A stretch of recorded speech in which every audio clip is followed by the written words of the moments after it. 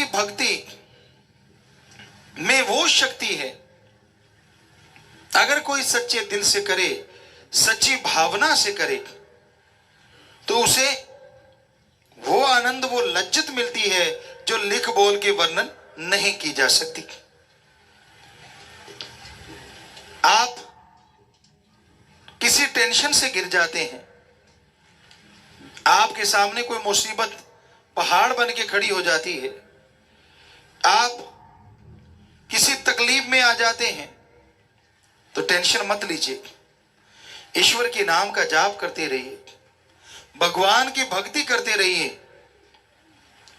वो आपको रास्ता जरूर दिखा देंगे और आप उस परेशानी से आजाद हो जाएंगे।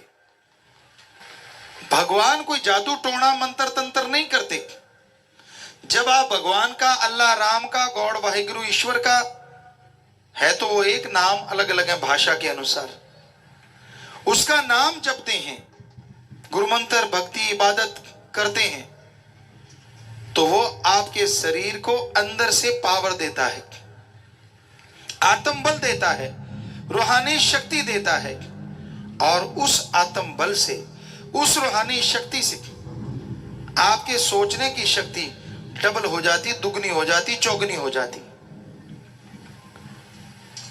ईश्वर का नाम लेने से पहले जो समस्या थी, जो परेशानी थी, जिसका हल आपको नहीं मिल रहा था, जैसे भक्ति करते हैं, दिमागी शक्ति बढ़ने से आपके अंदर ही उस समस्या से निकलने का हल मिल जाता है और आप टेंशन फ्री हो जाते हैं, समस्या से लाचार नहीं बल्कि समस्या पे जीत हासिल कर लेते हैं। कौन नहीं चाहता सुख शांति की जिंदगी जीना? कौन नहीं चाहता परमानंद लज्जत लेना? लेकिन वो लज्जत, वो आनंद मिले कैसे? वो लज्जत, वो आनंद अगर आप लेना चाहें, ना घर छोड़ना है, ना परिवार छोड़ना है, ना पैसा लगाना है, और ना ही अलग भाषा सीखनी है। जो भी भाषा बोलते हो अच्छी बोलो, बोलते रहो, गाली गलोच मत करो। घर परिवार में रह के कर्म करते हो, अच्छे कर्म करो, ठगी बेईमानी भ्रष्टाचार ना फैलाओ। साथ में ओम हरि अल्लाह राम का नाम लेते रहो। खेतीबाड़ी वाले भाई, किसान भाई, हल जोत रहे हो, ट्रैक्टर पे बैठे हो, तो राम राम जपते रहो। जीभ से कौन सा क्लच ब्रेक दबाना है बताओ? आप बस में सफर करते हो, जीभा से राम राम जपते रहो। पढ़ने वाले बच्चे स्कूल तक जाते हो, जा ही रहे हो, तो जीभा से राम राम जपते जाओ। जो पढ़ोगे दिमाग में आएगा भी बढ़िया, और पेपरों में नंबर भी बहुत बढ़िया आएंगे। हमने अजमाया, लाखों बच्चों ने अजमाया। माता बहनें हैं, घर में खाना बनाती हैं। जब आप घर में खाना बना रही हैं, तो खाना बनाते बनाते जीभा से, ख्यालों से राम का नाम जपो। माता बहनों, भगवान ने आपको तो बहुत बहुत बहुत शक्ति दी है, कमाल की शक्ति, गजब की शक्ति, कि आप खाना अगर राम नाम का जाप करके बनाओगी, तो जो उस खाने को खाएगा वो भी भगवान की भक्ति में लगेगा, उसके अंदर भी सुख शांति आएगी। यानी अगर माता बहनें घर में खाना सुमरण करके बनाए, नाम का जाप करके बनाए, घर में अगर कोई नशा करने वाला है तो नशा छोड़ देगा, लड़ाई झगड़ा करने वाला है तो लड़ाई झगड़ा छोड़ देगा, अरे अगर बीमार है तो उसे कोई ना कोई दवा जरूर लगेगी, क्योंकि जैसा खाओ अन्न वैसा होए मन। इतनी बड़ी ताकत भगवान ने सौंपी। जो भी घर में खाना बनाता, चाहे भाई चाहे बहन, तो इतना आसान तरीका, इतना बढ़िया तरीका कि आप चलते, बैठ के, लेट के, काम धंधा करते, किसी भी तरह से ईश्वर का नाम लेते रहें, उसका फायदा होगा। उससे आपका भला होगा ही होगा। तो राम नाम का जाप, मालिक की भक्ति इबादत का जाप इंसान को सुख शांति देता है। और आपको बता दें, राम नाम अगर आप जपते हैं, कहीं भी आपको डर नहीं लगता। एक बार हमें किसी ने बोला था कि गुरुजी, एक किला है राजस्थान में, भूतोंवाड़ा किला, पता नहीं कुछ ऐसा नाम बताया था, कि आप उसमें जाना। लोग कहते हैं वहां भूत होते हैं, रात को कोई घूमता ही नहीं, शायद भानगढ़ का किला, कि बड़े भूत है उसमें, आप जरूर जाना। खड़े होके किसी सज्जन ने 3-4 लाख लोगों में से किसी एक ने बोला था।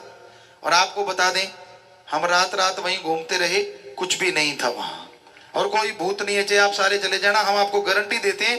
हाँ, लंगूर ने छलांग मार दी और आपका हार्ट अटैक हो गया, वो तो बात अलग है। लंगूर बहुत है, बंदर बहुत है, लेपर्ड है, सब कुछ है, लेकिन भूत वहां नहीं है, ये हम आपको गारंटी देते हैं। बाकी पता नहीं किसी का। रात को ये हो जाता है जी, वहां तो भूत खा जाते हैं जी, ऐसा होता है जी। अरे कुछ भी नहीं है, ऐसे ही झूठ पे झूठ, झूठ पे झूठ, बातों पे बातें, कहानी पे कहानी। ये साइको होता है, साइको।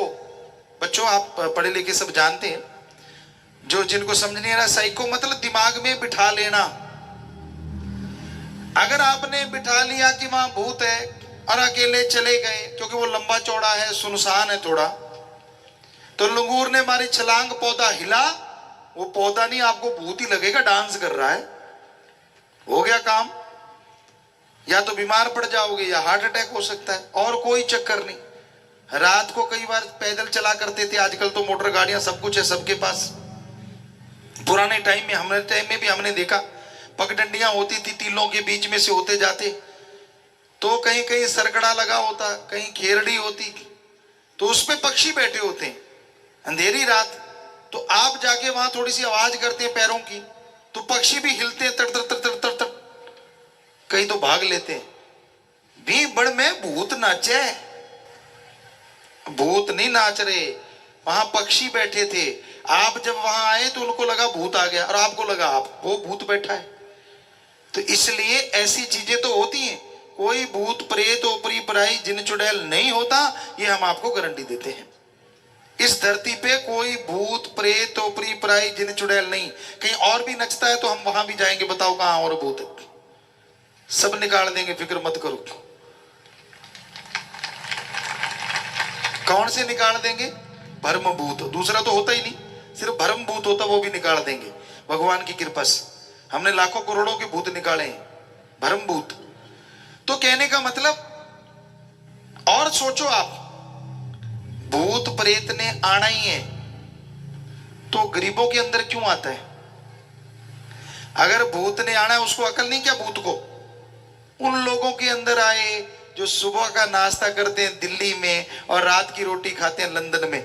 मजे आ जाए भूतों को जहाज पे सफर कर करके, 5 स्टार में खाना खा खा के। अरे सूखे रोड तोड़ने वालों के अंदर भूत क्यों आते हैं भाई? पता क्यों? अज्ञान ही भूत है, अज्ञानता ही भूत है। तो कोई भूत बात नहीं होते, मत पड़ा करो इन चक्कर में। जो ऐसे ऐसे सिर हिलाते हैं और आवाजें निकालते हैं, उनके दिमाग में फर्क है, इलाज करवा लो, और कुछ नहीं है। कोई भूत बात नहीं होता। नहीं जी 5-5 बोले, अरे 5 क्या, एक आदमी 300 तरह की आवाज निकालता है, और दिमाग हिल जाए तो पता नहीं कैसी कैसी निकालेगा। तो इस टेंशन में मत पड़ा करो। नहीं जी ये तो फलां की आवाज निकाल रहा है, साइको बना लिया आपने, इसलिए फलां की लग रही है। फलां फलों की कोई आवाज नहीं निकालता। कहीं नकल करते 100 कलाकारों की एक आदमी आवाज निकाल देता है, तो ये कोई बड़ी बात नहीं। सो राम नाम का जाप करोगे तभी सोझी आएगी, तभी समझ आएगी कि कोई भूत बात प्रेत नहीं होता, तभी आत्म बल आएगा, तभी आपका डर दूर होगा। वरना आदमी डरता रहता है अपनी परछाई से। अब कई बार टीवी पे ऐसी ऐसी चीजें देख लेते हैं छोटे बच्चे, हाथ कट गया, हाथ आ रहा है, भूत आ रहा है, कोई आ रहा है, और फिर माई के लाल चारपाई से बाथरूम करने नहीं जाते, हालांकि बाथरूम भी अटैच्ड होता है साथ में। क्यों? उनको लगता है हाथ आ रहा है, भूत आ रहा है। ये सब बकवास है, ऐसी चीजें दिखानी ही नहीं चाहिए। हम तो जो भी रोक सकता है उनसे प्रार्थना करेंगे कि ऐसी चीजें टीवी से बंद करवा देनी चाहिए जो झूठ है, जो पाखंड है, जो होती ही नहीं, ताकि कम से कम हमारे जो बच्चे हैं वो तो मजबूत हों। अब नींव ही कमजोर होगी तो बड़े होके भवन कैसे अच्छा बनेगा। जो बच्चे बिस्तर पे पेशाब करने लग जाते डरते, बड़े होके जो योद्धा कहां से बनेंगे वो। तो ये चीजें ना, बच्चे को डराना चाहिए, कभी भी बच्चे को डराओ मत, अच्छा बनाओ, नेक ख्याल दो, नेक विचार दो, ताकि बच्चा नेक बन के आपका नाम रोशन करे। इतना कॉन्फिडेंस हो, इतनी उसमें हिम्मत हो कि कहीं भी भेजो वो ताकत के साथ हर विपदा का डट के मुकाबला करे। सो भाई, आप संस्कार अच्छे दो, और राम का नाम इंसान को शक्ति देता है जिसके द्वारा इंसान बुलंदियों को छू जाते हैं और उनकी परेशानियां दूर हो जाया करती हैं। साईं मस्ताना जी महाराज ने वचन किए कि यहां श्रद्धा भावना से अगर कोई लंगर खाएगा तो उसके भी रोग कट जाते हैं। सो लंगर भोजन का निरादर कभी नहीं करना चाहिए। यहां तो क्या, ये तो साईं जी के वचन है, आप घर में भी मत फेंका करो, यकीन मानिए बरकतें आएंगी। आधी से भी आधी रोटी खानी है तो उतनी खाओ, फेंको मत। कि आप खाना खाने लगते हो, पहले भी हुआ करता था पुरातन समय में, हिंदू धर्म में भी, और लिखा हुआ है पहली कौर, पहला निवाड़ा निकालो, जितना आप खाते हो उतना ही निकाल के साइड में रख दो। खाना खा लो, उसके बाद अपनी छत पे डाल दो, खेत में डाल दो। जीव जंतु आएंगे, खाएंगे, और पता नहीं कौन सी दुआ दे जाएंगे जो आपको लग जाएगी और आपका बेड़ा पार कर देगी। पता नहीं कौन सी दुआ दे जाएंगे जो आपको लग जाएगी और आपका बेड़ा पार कर देगी। सो खाने को फेंको मत, निरादरी मत करो, निरादर नहीं करना चाहिए। और यहां का तो फिर साईं जी के वचन तो वो लंगर भोजन आप जितना चाहे उतना लें। और साथ संगत, बाहर आप कोई मिठाई लेते हैं, चाहे आप फ्रूट लेते हैं, लिफाफा, कागज, उसके छिलके तक भी आप कभी भी जमीन पे मत फेंका करो। आपसे हाथ जोड़ के विनती है।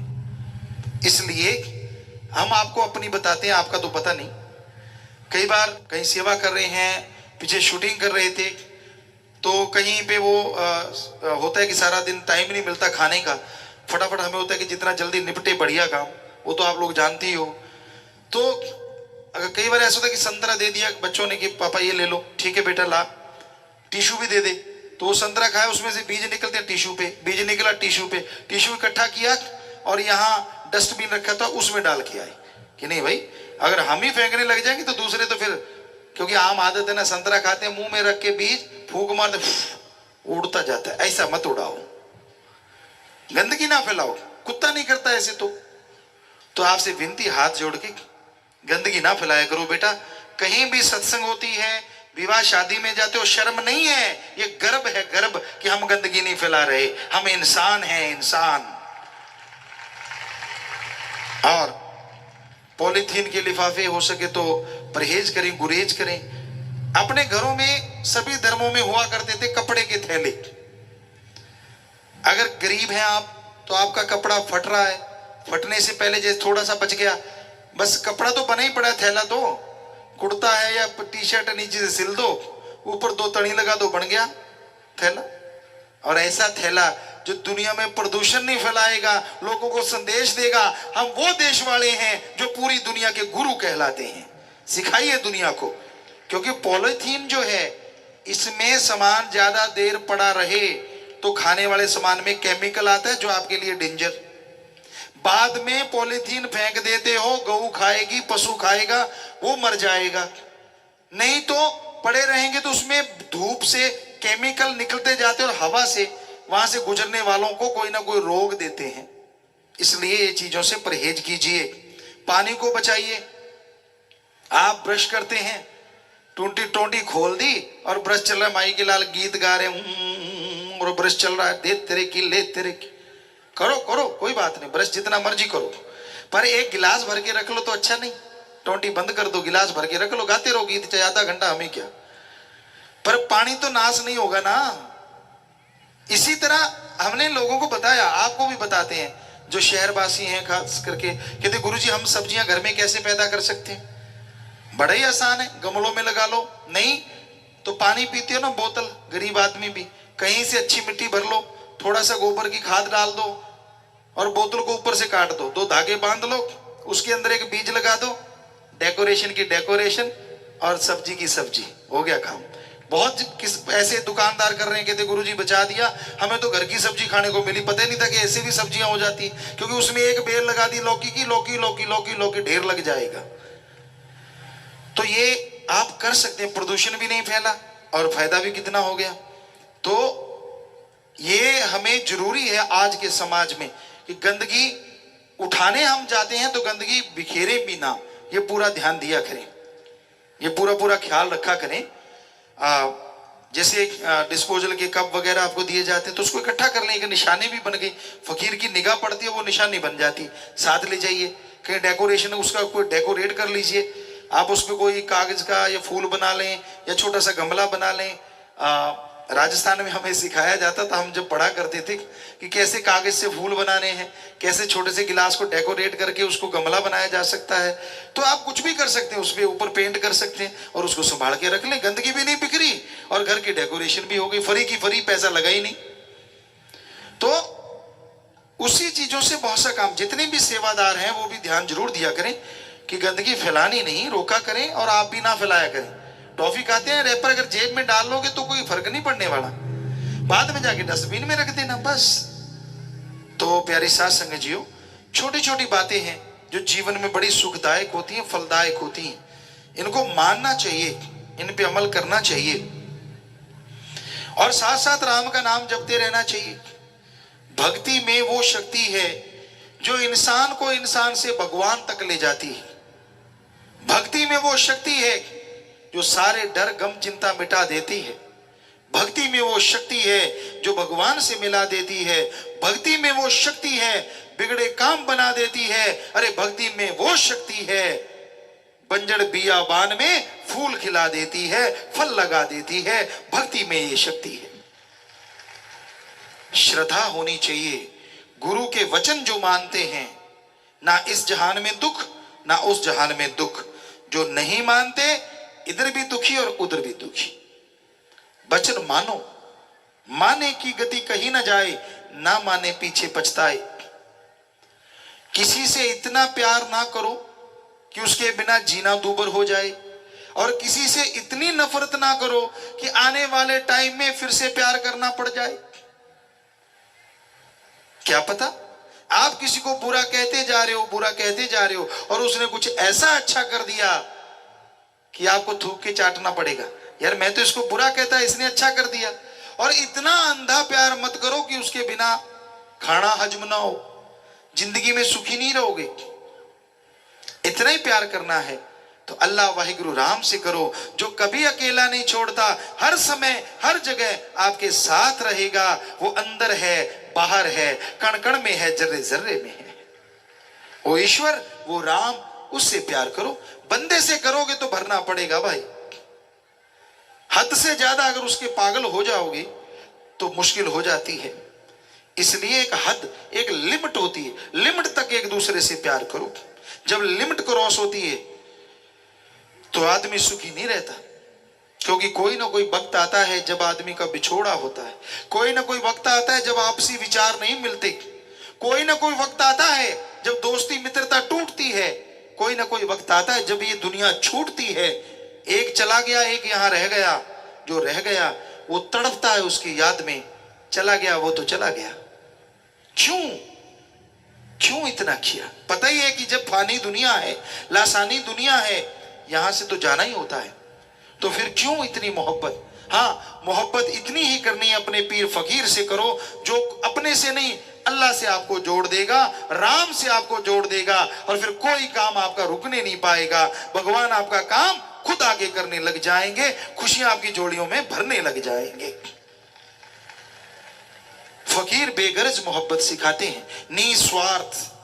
जो निस्वार्थ प्यार करते हैं वो भगवान को पा लेते हैं। जो निस्वार्थ भावना से चला करते हैं उनकी झोलियां खाली नहीं होती। और जो कोई ना कोई स्वार्थ जचा लेते हैं उन्हें तकलीफें आया करती हैं। तो भाई हम कहते हैं सबसे प्यार करो बेगरज निस्वार्थ भावना से। हाँ, जो आपके रिश्ते हैं उनके प्रति वफादार रहो। पति पत्नी का रिश्ता जायज, माँ बाप का रिश्ता जायज, बहन भाई का रिश्ता जायज, और जो रिश्ता है उसी के अकॉर्डिंग रिश्ता रखो, गलत रिश्ता ना बनाओ। अगर उसी के अकॉर्डिंग आप रिश्ता रखते जाएंगे, आगे बढ़ते जाएंगे, तो रिश्ते भी आपके लिए सुख देंगे, आपको खुशबू देंगे। और रिश्तों की हदें पार कर जाओगे तो भाई जिंदगी में फिर दुख परेशानियां आती रहती हैं। इसलिए रिश्तों की सार को समझो, रिश्तों को समझो, रिश्तों का मतलब क्या होता है। कोई भी गलत रिश्ता अपनाता है उसको परेशानी आती है, वो तकलीफ में रहता है। तो भगवान का नाम लेना, ईश्वर की भक्ति करना, अपने आप में एक ऐसा रिश्ता प्रभु से बनाना है जो कभी टूटने वाला नहीं। सेवा सुमरन करना एक ऐसा रिश्ता है जो आने वाली पीढ़ियों की झोलियां भरता रहता है। इसलिए सेवा सुमरन किया करो, भक्ति किया करो। रास्ते पे कोई तड़फता हुआ घायल मिलता है, उठा के हॉस्पिटल ले जाओ, नर सेवा नारायण सेवा, उसकी सेवा की समझो भगवान की सेवा की। किसी बीमार का इलाज करवा दो, अरे भूखे को खाना नहीं मिलता खाना खिला दो, प्यासे को पानी पिला दो। यकीन मानिए ये कर्म वो कर्म है जो ईश्वर के नजदीक ले जाते हैं। ये कर्म वो कर्म है जो भगवान की खुशियां दिलाते हैं। ये कर्म वो कर्म है जो रिश्तों में भी रेगिस्तान में फूल खिला देते हैं। इसलिए बेगर्ज प्यार कीजिए, गर्जी प्यार में डूब ना जाएं। आज दुनिया में गर्ज है, मां से बेटे को गर्ज, वो दूध पीता है। जैसे गर्ज खत्म, प्यार काफी खत्म। बड़ा होता गया, खिलौने लेने हैं, वो गर्ज। और बड़ा वो किताबें लेनी है, पढ़ाई में छुट्टी लेनी स्कूल से, वो गर्ज। और बड़ा हो गया, और बड़ा हो गया, शादी हो गई, बच्चे हो गए, कैसी माँ कैसा बाप। आज के कलयुग में रिश्ते पल में टूट जाते हैं। तो ये रिश्ते ऐसे मत बनाइए। गर्जी है संसार। बेपरवाह जी ने एक पंजाबी में भजन शायद लिखा है, गर्जी है संसार पोड़िया ना कर तू प्यार, कि ये संसार गर्ज से बंधा है। जब तक गर्ज है, जब तक स्वार्थ है, आपको प्यार करेंगे, आपका सत्कार करेंगे, और जैसे गर्ज खत्म हो गई, मैं कौन और तू कौन, कोई बात नहीं पूछता। इसलिए रिश्ते के दायरे में रहिए, रिश्तों के नियम में रहिए, रिश्तों को तोड़िए मत, रिश्तों से खेलिए मत। खेलोगे तो समय आपसे खेलेगा। शुद्ध भावना रखिए, पवित्र रिश्ते बना के रखिए। जैसा आदमी खुद होता है ना, वैसा सामने वाला दिखता है। इसलिए गलत रिश्ता ना बनाओ, बुरी सोच ना सोचो, अच्छी सोच सोचो, भली सोच सोचो। किसी को गलत बोलो ना। तीर कमान से, शब्द जुबान से जब निकल जाते हैं तो वापिस नहीं आते। तीर तलवार का जख्म भर जाया करता है, पर जुबान का जख्म हमेशा हरा रहता है। किसी ने आपको गालियां दी, किसी ने आपको बुरा कहा, जैसे वो आदमी सामने आएगा, जो बुरा कहा वो जख्म हरा हो जाएगा। उसे याद आएगा, यार इसने मुझे गालियां दी, इसने मुझे बुरा कहा। इसलिए दिल ना किसी का दुखा ना रे भाई, दिल ना किसी का दुखा, राम नाम गुण गा रे भाई, राम नाम गुण गा। मीठा बोलो, प्यार से बोलो। आपको बात नहीं जचती, कोई बात नहीं, अच्छा नहीं लगता, कोई बात नहीं, किनारा कर लें। लेकिन गालियां देना, बुरा बोलना गलत। प्यार से बर्ताव कीजिए, सत्कार कीजिए बड़ों का, छोटों से प्यार कीजिए, पर निस्वार्थ कीजिए। स्वार्थ अपना पूरा करना है तो अपनी हिम्मत से कीजिए। बच्चों का पालन पोषण करना है, आप घर के मुखिया हैं तो आपका फर्ज है कड़ा परिश्रम करके अपना वो स्वार्थ पूरा करो, पर कुछ समय परमार्थ के लिए भी निकालो। यानी 7 दिन में 1 दिन 2 घंटे दीन दुखियों की सेवा के लिए भी निकालो, बाकी अपने परिवार को दो। क्योंकि वो 2 घंटे जो आप दीन दुखियों की मदद में लगाएंगे, आपको अकल नहीं, असल में वो आपके परिवार के सबसे ज्यादा काम आएंगे, वो जो 2 घंटे आपने लगाए हैं। क्योंकि किसी का भला करोगे, भगवान आपका भला कर देंगे, भगवान आपकी झोलियां भर देंगे। इसलिए भला करना सीखिए। हम कभी किसी को गलत तमीज नहीं सिखाते, हम कभी किसी को गलत बात नहीं सिखाते। हम सबको सिखाते हैं आपस में बेगर्ज प्यार कीजिए, प्रेम करो आपस में भाई, प्रेम में राम समाया है, प्रेम रूप में बैठा घट घट, प्रेम से ही प्रभु पाया है, प्रेम से ही प्रभु पाया है। सो निस्वार्थ भावना से प्यार करो, सबका सत्कार करो, सबका भला करो, अच्छे कर्म करो। गलत रास्ते पे चलने वाले को हाथ जोड़ के रोको, प्यार से रोको, सत्संग में लाके रोको। और जो राम नाम दिलवाते हैं, जो बुराई से जुड़े लोगों का नशा छुड़वा के, बुराइयां छुड़वा के भगवान से जोड़ देते हैं, भगवान उनके घर में बरकतें भेज देते हैं, खुशियों से लबरेज कर दिया करते हैं। फकीर उस परम पिता परमात्मा के आगे प्रार्थना दुआ करते रहते हैं, अरदास करते रहते हैं, और उसका मकसद सिर्फ एक ही होता है कि हर जीव सुख शांति हासिल करे, हर इंसान को वो खुशियां मिले जिसके लिए वो दुआएं करता है, प्रार्थनाएं करता है। पर जायज नाजायज मांग ना तो कभी पूरी होती है, और ना उसके लिए संत पीर फकीर कोई दुआएं करते हैं। जायज नाजायज, सही है गलत है, इसका पता कैसे चले? आप अगर सत्संग लगातार सुनते हैं, ये हो ही नहीं सकता कि आपको यह ना पता चले सही मांग कौन सी है और गलत मांग कौन सी है। सही मांग वो होती है जिससे परिवार का भला हो, समाज का भला हो, देश का भला हो और संसार का भला हो। सही मांग वो भी होती है शरीर का भला हो, आत्मा का भला हो और दिमाग में शांति रहे, संतोष धन आए, मन ना भटकाए, माया ना छलिया बने, काम वासना क्रोध लोभ मोह अहंकार तंग ना करें। ये सारी प्रार्थनाएं जब की जाती हैं तो परमपिता परमात्मा की दरगाह में मंजूर होती हैं।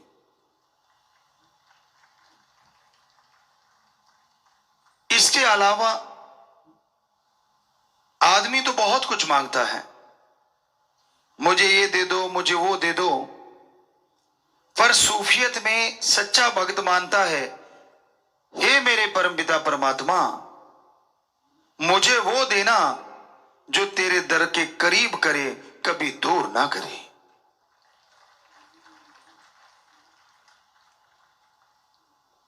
बहुत धन दौलत आ गई लोगों के पास, ऐशो आराम के साधन हो जाते हैं, और कमी यह आ जाती है कि वो परम पिता परमात्मा से दूर हो जाते हैं।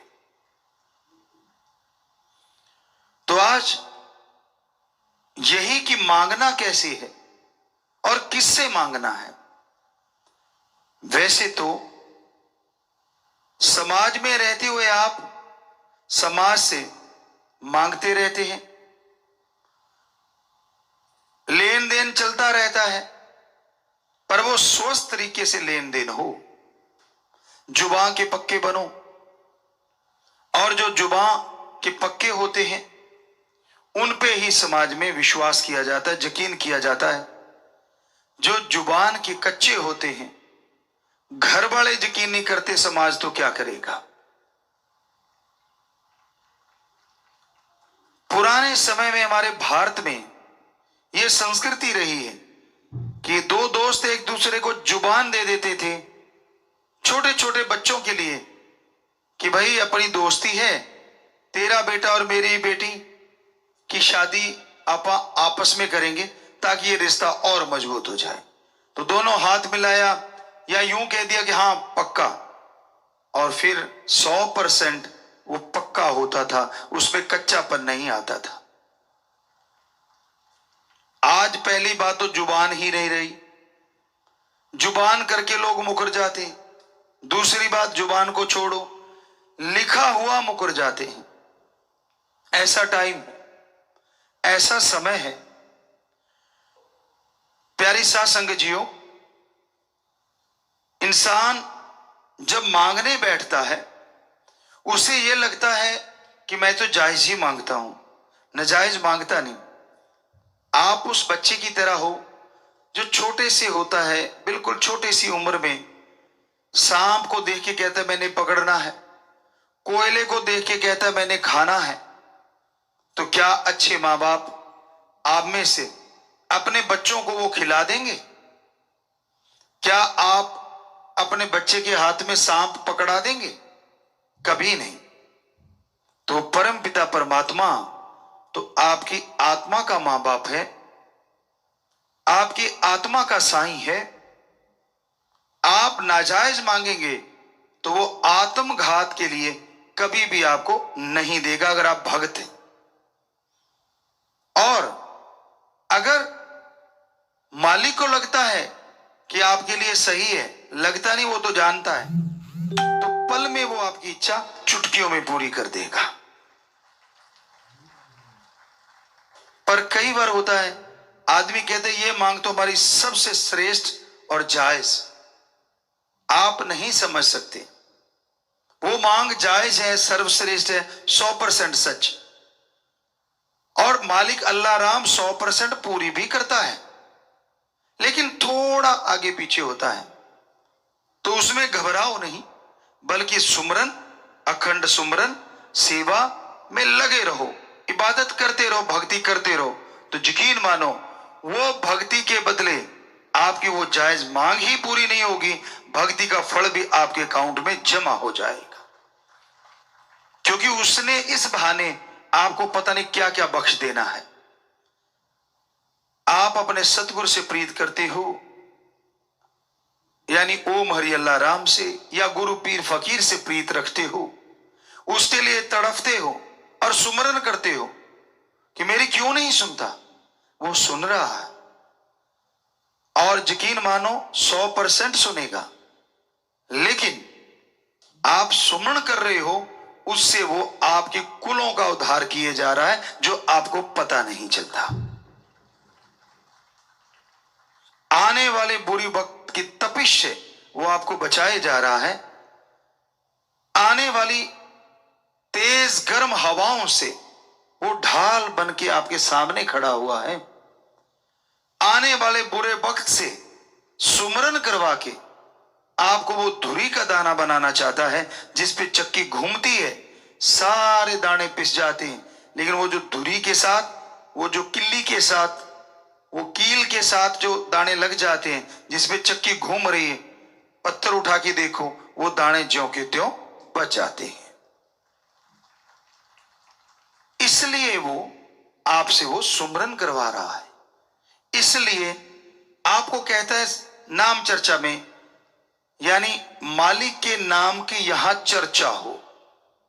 शॉर्ट में बेपरवाह जी ने नाम चर्चा उसका नाम रखा कि परम पिता परमात्मा के नाम की चर्चा हो, वहां जाके सुनो, फल बहुत मिलेगा। जितना आगे मिलता था उससे सैकड़ों गुना ज्यादा ये फल रोजाना बढ़ता जाएगा। जितना आप रेगुलर होते जाओगे उतना फल बढ़ता जाएगा। आजकल नहीं है जो कि स्कूलों में होना चाहिए। हमारे टाइम में था कि जो सबसे ज्यादा जिसकी हाजिरी होगी स्कूल में, उस बच्चे को अवार्ड दिया जाता, चाहे कॉपी पेन ही क्यों ना हो।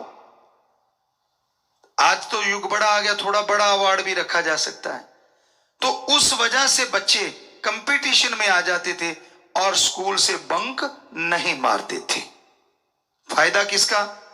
बच्चों का भी, टीचरों का, प्रिंसिपल, हेडमास्टर का। क्यों? क्योंकि बच्चे लगातार आएंगे, ज्यादा ज्ञान हासिल करेंगे, तो मेरिट होल्डर तो क्या, वो जिले में और हो सकता है स्टेट, देश में भी टॉप आ जाए। आज के युग में हमने देखा बच्चे बंक मार के अपने आप को बड़ा साबित करते हैं कि मैंने इतने बंक मारे हुए हैं। उनको लगता है मैंने बहुत बड़ा काम कर रखा है। ये नहीं पता कि आपने अपने एम के अंदर सुराख कर रखा है। बचपन में एम होता है कुछ बनना, और जब जवानी आती है तब तक बन जाना, और जब अधेड़ अवस्था आती है तब तक बन के सारी खुशियां हासिल करना। लेकिन आज के दौर में ये चीजें नहीं है। तो हमारे वहां बच्चों के एक तरह का गुरुकुल ही है वो, और मां बाप आते थे तो सिखाया जाता था कि जब वो मां बाप का दिन आए, बात बाद में करना, पहले अपने मां बाप के पांव छूने हैं झुक के। ये इसके पीछे बहुत बड़ी साइंस है, बहुत बड़ी विज्ञान है। आप झुकते हैं तो वो जो पांव को छूना और एक सिर पे हाथ का आना, इसके अंदर बहुत बड़ी साइंस छुपी हुई है। झुकना सिखाता है कि धर्म कहते हैं कि दीनता, नम्रता। आपकी ईगो फिर हार्ट नहीं होगी अगर आप आज झुकना सीख जाते हैं। जो झुकना नहीं सीखते वो टूट जाया करते हैं। ऐसे तिनके को मरोड़ो, कुछ तिनके ऐसे होते हैं जो लचीले होते हैं, ऐसे ऐसे करते रहो, टूटते नहीं। उसी के वजह से दूसरे तिनके को ऐसे करते तड़ाक टूट जाता है। तो जिंदगी में आने वाला समय पता नहीं कैसा है, ये तो राम जाने। अगर वो मां बाप के सामने झुक गए तो हो सकता है लाइफ में मालिक ना करे ऐसा टाइम आए कि आपको झुकना पड़ जाए, तो तकलीफ नहीं होगी क्योंकि आप झुकना जानते हैं। और मां बाप का आशीर्वाद वो डुप्लीकेट नहीं होता, दुआएं लेके आता है, पॉजिटिव रेज लेके आता है कि बेटा सुखी रहे। यूं सिर पे हाथ रखते ही वो उनकी पॉजिटिव एनर्जी आपके अंदर प्रवेश कर जाती है। तो इसलिए हमने अपने बच्चे जो स्कूल में पढ़ते हैं उनको सिखाया था, हॉस्टल में खास करके जो बच्चे रहते हैं, कि बेटा जब पेरेंट्स डे हो आप जाओ, सबसे पहले माँ बाप के पांव छुओ और फिर पूछो कि पापा माँ सेहत कैसी है। और इससे कुछ जाता नहीं। यकीन मानो अगर आप झुक नहीं रहे तो ईगो अड़ रही है कि हमारे तो विचार ही नहीं मिलते, हम तो ऐसे कैसे झुक जाएं। विचार अपनी जगह, थॉट्स अपनी जगह, पर ये लेना देना अपनी जगह। आप सत्कार देते हो, बदले में पॉजिटिव एनर्जी ले लेते हो। बताओ फायदा किसको?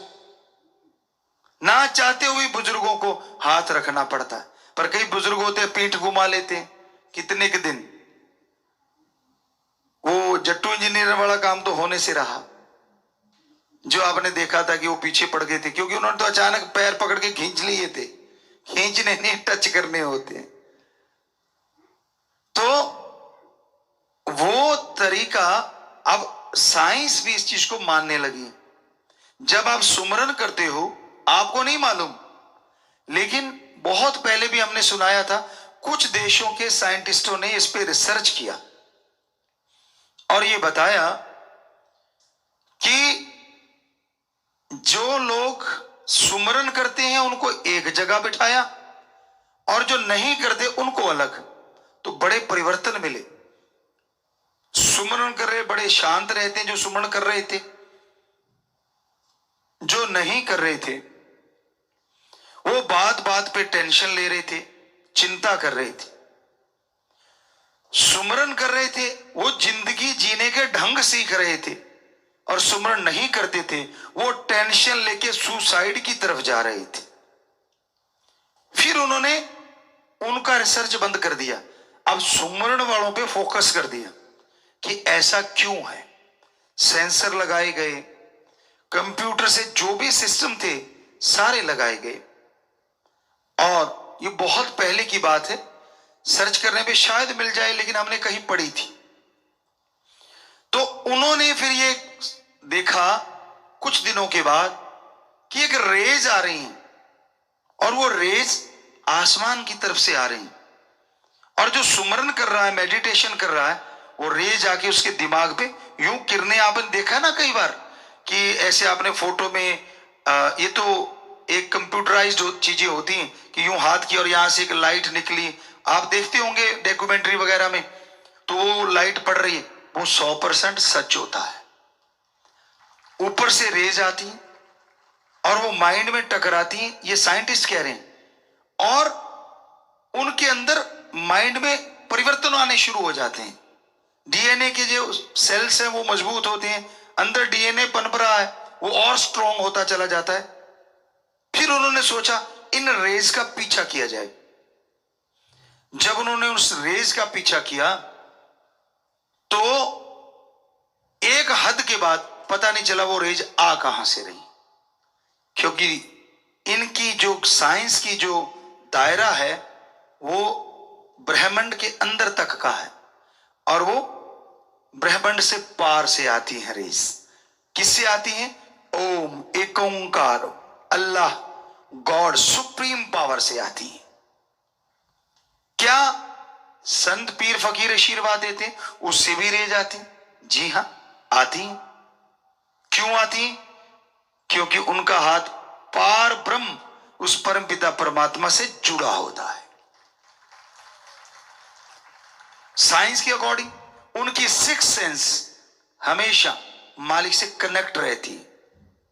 इसका मतलब यह नहीं कि उनकी सिक्स सेंस यहां काम नहीं करती, बल्कि आपसे कई गुना ज्यादा उनकी सिक्स सेंस यहां भी काम करती है। यह कैसे पॉसिबल है? यही वो अनसुलझी पहेली है जिसे साइंस शायद ही कभी सुलझा पाए, पर धर्म सुलझाते हैं। कैसे? संत पीर फकीर जैसे आपको बताया बनाए नहीं जाते, वो पैदा होते।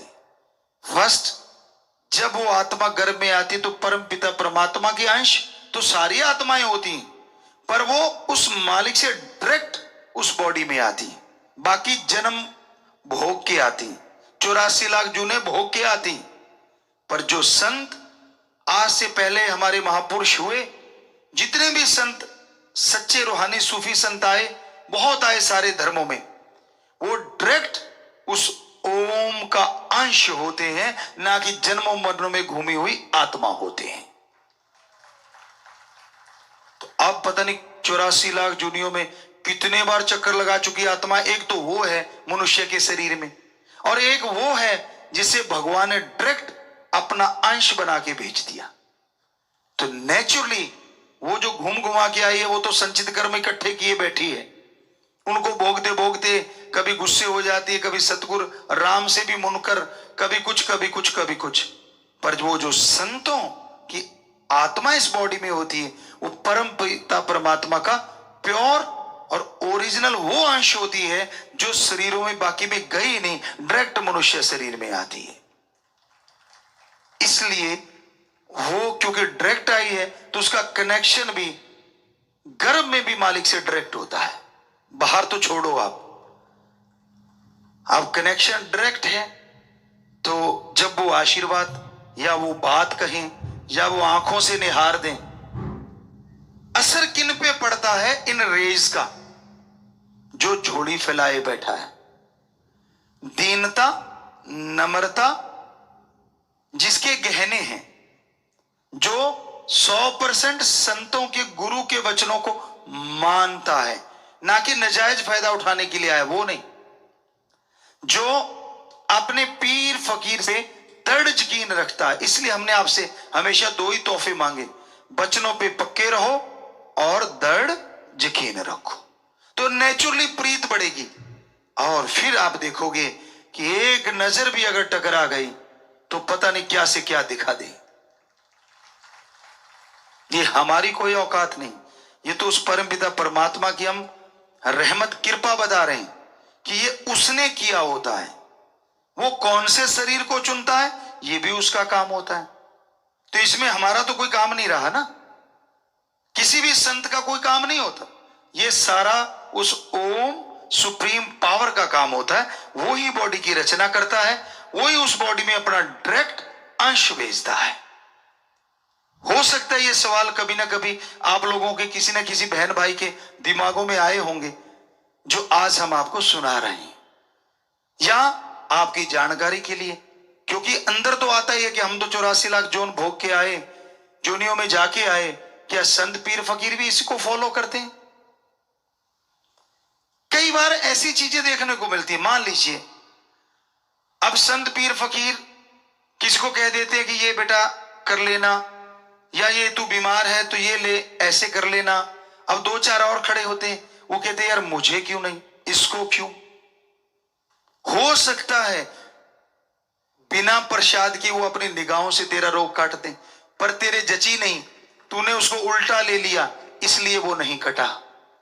काश उसको इस तरह से ले लेता कि मुझे इसका मतलब ये है कि प्रसाद की भी जरूरत नहीं, उनका नजरे कर्म ही काफी है, तो यूं यूं यूं ठीक हो जाता। तो ये सोचने का होता है। रूहानियत बहुत गहरी है।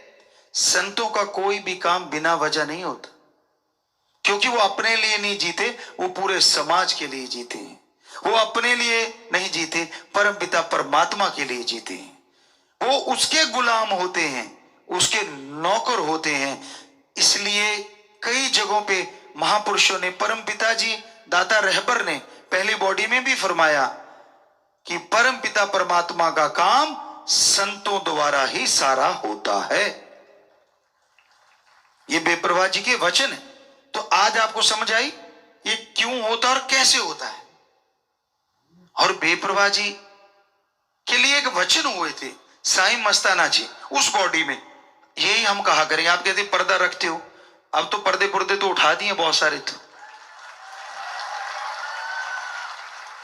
तो उस बॉडी के रूप में बेप्रवाह जी ने वचन किए, अपने लिए भी थे उनके, लेकिन किए दूसरी बॉडी के लिए, कि इनको देखेगा वो भी तरेगा, इनकी पीठ के दर्शन करेगा वो भी तरेगा, जो बात सुन लेगा फायदा उसको भी होगा, जो मान लेगा उसका तो कहना ही क्या है। साईं जी ने यानी मस्ताना जी रूप की वो बॉडी ने परमपिता शास्त्र नाम जी के लिए वो वचन किए। तो क्या आपकी बुद्धि सीमित है? शायद तंग दिली है आपके अंदर, शायद आपका दिमाग काम नहीं करता। वो वचन साईं मस्ताना जी की बॉडी के लिए भी थे, परम पिता शास्त्र राम जी महाराज की बॉडी के लिए भी थे, और फिर परम पिता जी ने वचन कर दिए हम थे, हम हैं, हम ही रहेंगे। तो बिल्कुल क्लियर ही हो गया ना, बात ही खत्म हो गई। पर ना जी, हम तो उसको मानते, हम तो उसको मानते, हम तो उस कईयों के घेर अब भी अटका हुआ है। आपको सुनाया करते थे हम, किसान के बेटे हैं तो किसान का काम बहुत ज्यादा किया है, बेहद ज्यादा किया है। कई बार वहां बच्चे चेक करते थे, गुरुजी अब तो आपने उतना ज्यादा हार्ड वर्क नहीं करते, आपके हाथ इतने हार्ड क्यों हैं? मैंने कहा बेटा इसे कहते कमाए हुए हाथ, ऐसे बैठ के गड़ाए हुए हाथ नहीं है, ये कमाए हुए हैं। हम अपनी बढ़ाई नहीं करते। आपको कहते हैं ना बेपरवाह जी से बेहद इश्क था। तो एक बार हम अब एक छोटी सी बात बताना चाहते हैं कि वो बॉडी कैसी हो जाती है जो सतगुरु से प्यार करती है। हमारा हमेशा चैलेंज एक्सेप्ट करने का दिल रहता था कि चैलेंज किसी ने दिया है तो उसको स्वीकार कर लेते थे।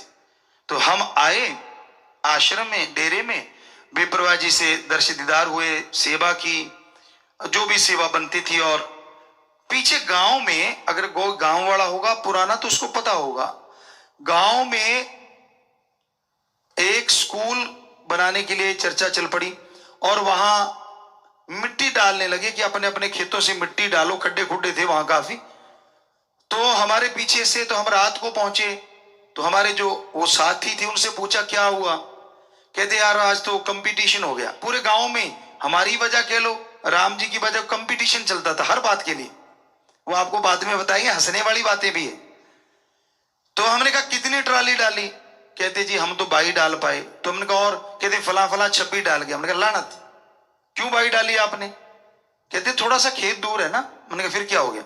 कल सही, अगले दिन वो ट्राली बहुत बड़ी थी। उस समय के अकॉर्डिंग 2 टायरों वाली ट्राली बड़ी थी, खुले चने भी उसमें 100 मन से ऊपर आ जाते थे, तो बड़ी ट्राली मानते थे कि ये बड़ी है। तो हमने कहा भाई 3 हिस्से करते हैं।